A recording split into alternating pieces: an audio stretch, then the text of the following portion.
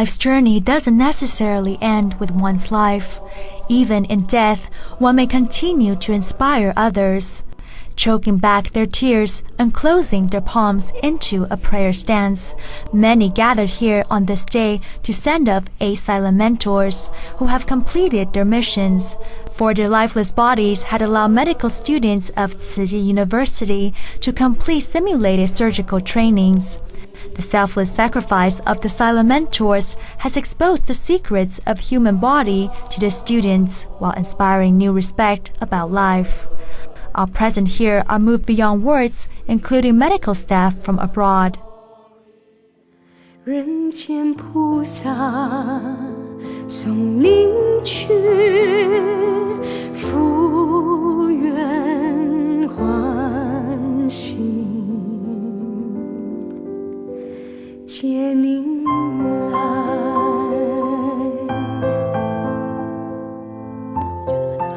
She wished to leave something behind in this short life, something worth being remembered.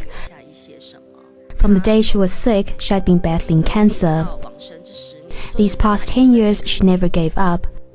When she knew the end was imminent, she decided to contribute her body for medical study as the final protest to her illness.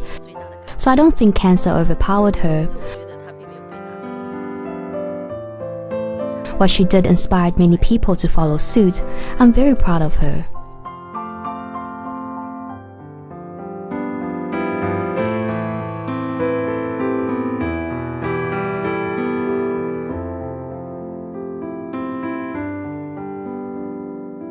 In 1995, Tsinghua Medical School has just been established. Ms. Lin called on the school to express the intention of becoming a silent mentor for the medical students, making her the first person to commit to such selfless sacrifice. Tsinghua founder Master Zheng Yan is deeply touched, hence endorsed publicly the idea of donating one's useless remains to medical research and study for the greater good. However, such idea is blasphemy to Chinese burial traditions, which states the preservation of one's corpse is vital in attaining a good afterlife. Although the pioneering silent mentors of the beginning touched many people, at the same time, such unconventional acts also raise a lot of controversies. Silent mentor Yang Jianming of Kaohsiung is one such story. My husband was omnipotent in my heart. When the doctor told me my husband was dying and to be prepared, we simply could not accept it. But then I thought, what if the doctor is right? Then how should we deal with this? If I cremate him, isn't that hurting him too? Just by getting burned while cooking is already very painful. Wouldn't cremation be worse off? If I bury him in the ground, insects would chew him up, and that would be painful too. So I thought, if this is going to be painful either way, then might as well be for a purpose. And if there's no pain anyway, then it wouldn't really matter, would it?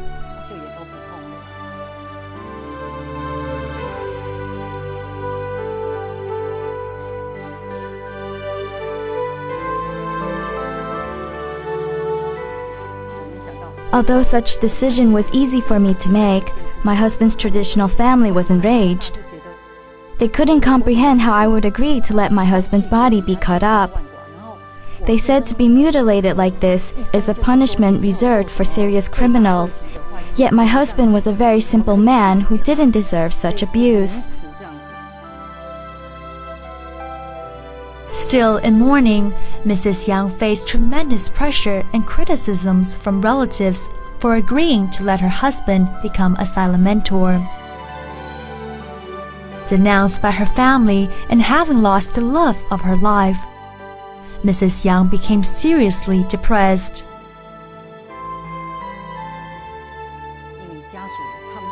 Because his family had never heard such radical ideas, it was very difficult for them to accept it.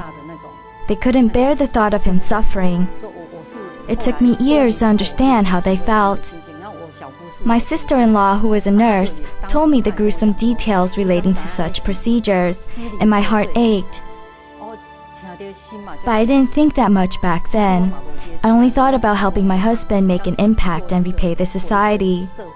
He really lived a simple life, and it would be a fitting end for him to be able to repay the society. That was my reasoning.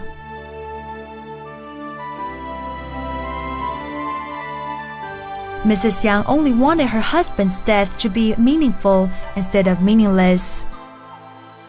She also knew her husband would be an inspiration to many people as a silent mentor. Despite overwhelming criticisms, Mrs. Yang stood by her decision. While my husband was sick, the doctor treating him wasn't very competent. The doctor did not do his job well. I thought by having my husband become a silent mentor would educate these future doctors to value patients instead of just treating diseases, which made this decision an even better idea. Mrs. Yang saw her husband one last time during the initiation ceremony. Though filled with grief, she elevated her love for her husband into caring for the medical students. Third-year medical students were just about my child's age. I thought since they chose to become doctors, they have to do this. So I told them I hope they're not frightened by the sight of my husband's body, and that if they're feeling down or upset, please come talk to me. I will tell them the life of my husband. That way, they won't see him simply as a lifeless corpse, but what kind of man he was. A good man.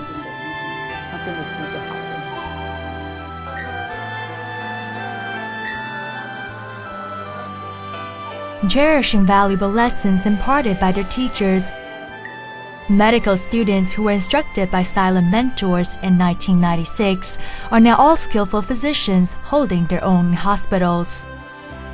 曾经我的脚步有你隐隐闪耀和陪伴，当我走向新的旅程，满心感恩不能忘。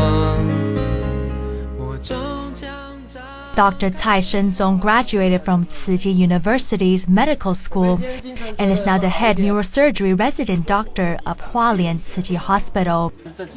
He recalls partaking in silent mentors' lessons with gratitude.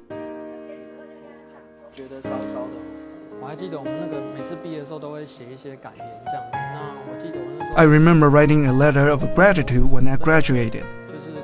I remember telling my silent mentor how grateful and thankful I was. Without their selfless sacrifice, the medical students would not have been able to obtain such valuable experiences. From interacting with the bodies of silent mentors, we obtain practical knowledge and experience. We must thank them for such act of selflessness and for granting us a chance to learn.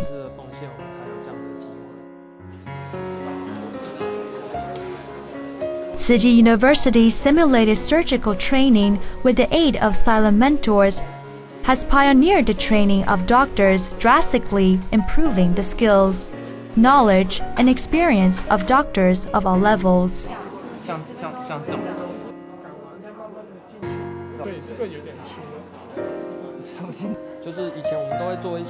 We often have to perform invasive diagnosis and treatment.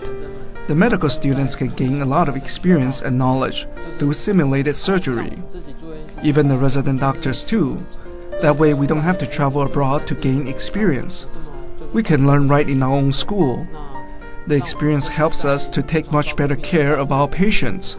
Of course, we can also pass on what we have learned to future medical students.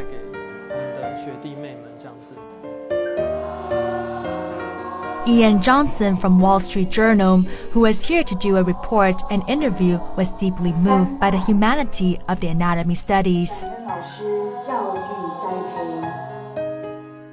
The family, students and silent mentor worked together as one. It was indeed very touching. The whole world was discussing how to improve the quality of medical education. I think what we've seen here will be a great help. The intensity of the silent mentor's selfless sacrifice has also bonded their surviving families to the medical students and surgeons. It's better to make mistakes on me a dozen times than to make one wrong incision on a patient, a silent mentor's combined wish. Such ideal also inspires physicians greater respect for life and closer doctor-patient relationship. I am often indecisive and often regret a decision as soon as I make it, but not this one. All the others maybe, but this one is one decision I will not regret for the rest of my life.